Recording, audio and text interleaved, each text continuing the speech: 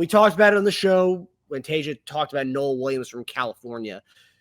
We didn't say that he was going to be a McDuffie replacement. This is more another guy to have in that room because not only is McDuffie a free agent next year, Jalen Watson's a free agent next year, Joshua Williams is a free agent next year, Najee Johnson's a free agent next year. A lot of guys in that room are free agents next year. And again, people always think, oh, it's not a McDuffie replacement. Well, no, it's not because it's the cornerback 2 replacement potentially. So, and also this guy could be getting reps right away.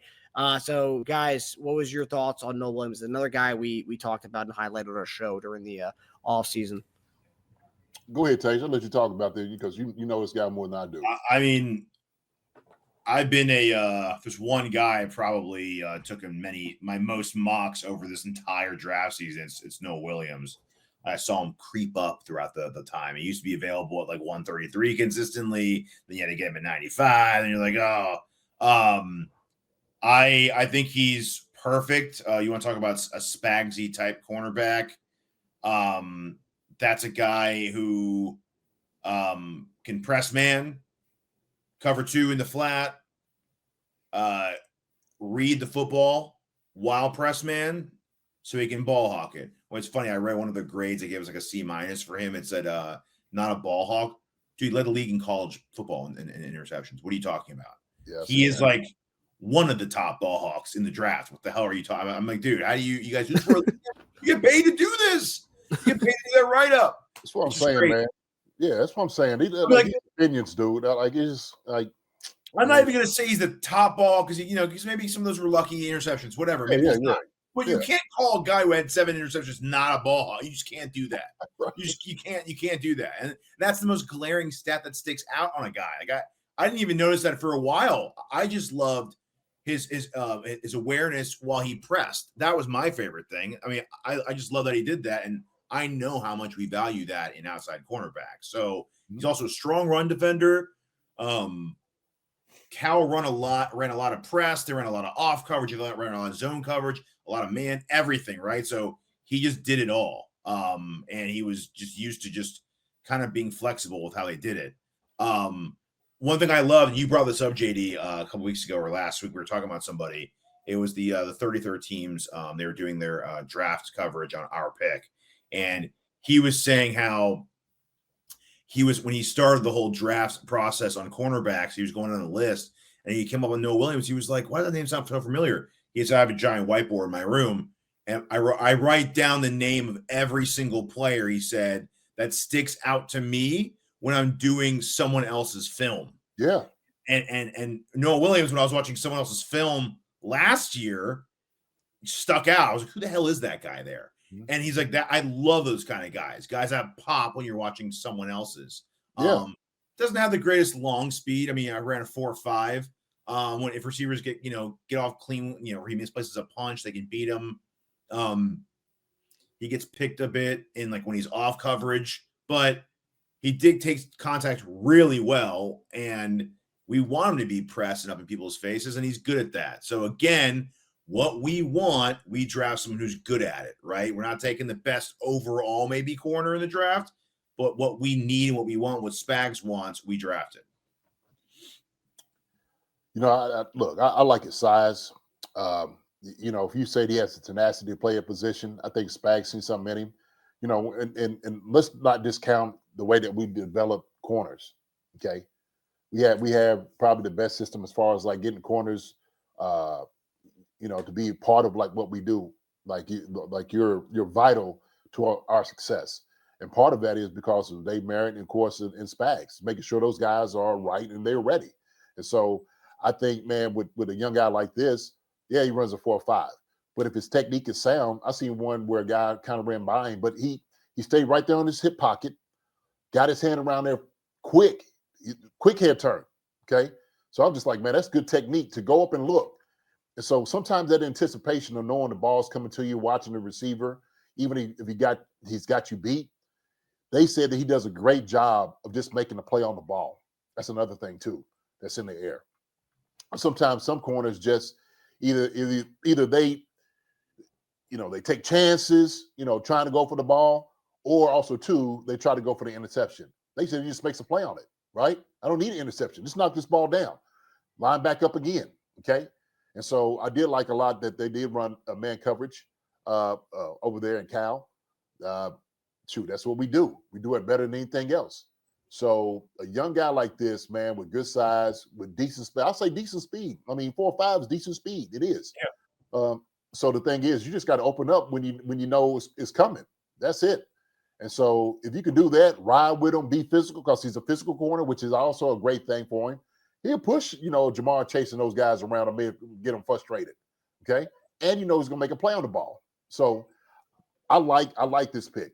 Now, I didn't quite think that we were going for a corner this early. I didn't know, that was a little bit surprising. But the thing is, wanted him bad with that trade. Yeah. No question. And so for them, I felt like there it is. Need number 2, tier 2. Where is it? There it is. Corner, halfback, safety. That's what we're talking about. That's what we're looking at. And so that's what we had right there at corner. So, and by the way, kick returner, and scored a touchdown off a kick return last year. So we're looking for a guy who can be something, have a role on the team, and also be a return man. He also checks that box too. And he I also read that he Io Maynor, the Stanford receiver, I heard he shut him down. Just shut him down. Yeah, just shut him down. Okay. And that's someone, again, who's a big receiver. So it's like guy who can maybe get you off of him and press man, but he's sticky. So yeah, I mean, with Trent moving inside, which is obvious now, we're not going to hinge our season on Watson and Williams' success and health anymore. We're just not going to do that. And we shouldn't do that. Right. So you got Fulton, I think, is locked into one of the spots. And I think you got a 3-man race for the other spot. You got best man wins it. You got Nohl Williams, you got Watson, and you got Joshua Williams. Yeah. Whoever gets it, gets it. Yeah. Like, no one's guaranteed anything. 2 of you guys are not even on under contract after this season. So better impress. Dress to impress, baby. Competition is good. You're gonna bring the best out of guys. You're gonna find out who they are. Okay, either they're gonna sink or they're gonna swim. And so sometimes in that position like that, you can't necessarily be buddy. I know all these guys want each guy to be successful. Okay, because they've just been able to nurture that type of atmosphere at the Chiefs. But with a young guy like this now, he's going to come in, he's going to steal some reps. And the thing is, if he comes in and he shows what he did in college, and he's able to go ahead and like what's the name was talking, Cody Rung was sitting there saying, what he's doing as far as like in his transition, how he's able to, in the phase, staying in the phase, absolutely. Shoot, then we'll go with that, right? Watson's been hurt. Joshua Williams still trying to figure everything out. But if this kid comes in, man, and he plays at a high level, he'll get reps immediately. So they must have been, like you said, man, they was high on him to get this guy. Seriously, they wanted him bad. And by the way, for people thinking we got fleeced in that deal, I looked up the trade value chart. Moving on from 95 to 85 is a 40. It costs 45 points to do that. That would be like trading a mid fourth, or like a mid-ish late fourth this year to move up. So trading a future one. Yeah, trading next year's fourth, because the general rule is that next year's round equals a later round this year. So your 4th round pick equals next year's 4th round pick equals about a mid 5th round pick this year. So a mid 5th round pick this year is about 30. So we got up for 45. So it's a pretty good deal. Mm-hmm. So, there's a comment here from Love Dog. My beef is that we have 9 cornerbacks on the roster, and who is our left guard going into this year, who is our backup left guard. I didn't like the trade up for a cornerback and having so many cornerbacks on the roster. This is what I will say. Forget the fact that, all these guys are going to be free agents next year. We had this dilemma last year, right? When Jalen Watson got hurt, we had a giant gaping hole at the cornerback 2 spot. Joshua Williams wasn't that guy. Nazi, still recovering from his ACL injury, playing cornerback for the first time in his career or in his life, because he was a safety coming out of college. Picking up Steven Nelson with week 15 of the season. We didn't really have a cornerback 2 option. Now you bring in Fulton, this past offseason, who's going to be here for the next 3 years. And then you bring in a Nohl Williams, and obviously they like Nohl Williams to be the cornerback 2, or at least vie for the cornerback 2 spot going forward. So we didn't really have a lot of depth at DB room last year. So the fact that we do have that now between McDuffie, Nohl, Fulton, and then Jalen Watson, that's 4 guys. So if 2 guys get hurt, you still have those 2 dudes there. So I mean, I do think it was a necessary thing, more necessary than guard. If you go watch last year's draft, we drafted 1 million guards and guys who can play over the offensive line last year. So I mean, like the bigger need than left guard. Yeah, and it's more than just this year too. By the way, yeah, you can't go by just this year, because I mean, this year we have a young guy we drafted in the 2nd round last year who's going to be moving to guard this time, and is he going to succeed at it? I don't know, but we have a guy we are comfortable with Caliendo playing left guard.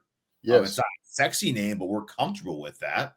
Mhm. So, and who knows? We can move someone else. I mean, like, there's stuff that can be done between now and then. And when you see a guy, you see future potential with. Like, you're signing this guy, he's going to be on a cheap deal for 4 years. So it's not just for this year. You have to think about beyond that. We have so many guys on 1-year deals at this point. So I just name them: Mike Caliendo, C.J. Hansen, Wanya Morris, Hunter Norzad. I mean, you got 4 guys that are interchangeable that can play those positions. Not to mention, like you said, Suma Ate, and I'm sure we'll probably pick up someone else. So we got plenty enough as far as like depth wise. I think on the O-line, they'll probably find somebody else, of course, in this draft. But as far as, I don't think it's going to be an issue for us O-line wise in the guard position at all. Once we got Simmons here, that helped us out a lot in tackle as well. So big time. Yeah, and that's one thing, the ability, because we talked about the whole guard situation, the ability for Andy Heck and the staff to find guys, guys that end up getting paid, the Alec Grays of the world, the Wileys of the world. Those guards get paid. I mean, Trey Smith was a 6th-round pick. Trey Smith comes tomorrow. That's where we got Trey Smith. Maybe we find another Trey Smith. Who knows? But right, I mean, the Nohl Williams thing, I think cornerback was necessary. It may not have been a glaring need, but it was necessary. Yeah. So low dogs, I think Wanya should play guard instead of right tackle. He can play both. That's a good thing about him. Wanya is that athletic, and he looked good at both positions. So we know he can play guard. Juwan Taylor he's our right tackle, and I don't think, I agree with you. The trenches are very, very valuable. But the main thing on the trenches that we needed to do was we needed to address the tackle situation, and we've done that.